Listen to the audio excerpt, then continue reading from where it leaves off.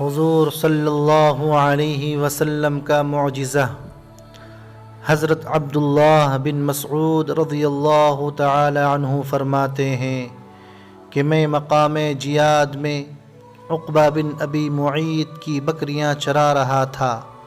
اتنے میں محمد صلی اللہ علیہ وسلم اور حضرت ابو بکر ہجرت کرتے ہوئے میرے پاس پہنچے اور کہنے لگے، تم ہم کو دودھ پلا سکتے ہو؟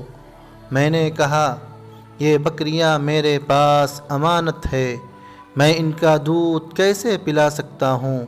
تو فرمایا، اچھا ٹھیک ہے، اتنا تو کرو کہ جس بکری نے ابھی تک بچہ نہیں جنا اس کو لے آؤ۔ تو میں نے ایسی بکری حاضر کر دی۔ آپ صلی اللہ علیہ وسلم نے اس کے تھنوں پر جیسے ہی ہاتھ پھیرا، تھنوں میں دودھ بھر آیا۔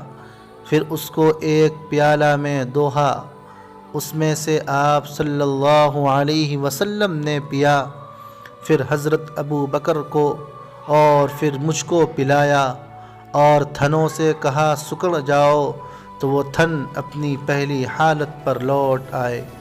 جزاکم اللہ خیر۔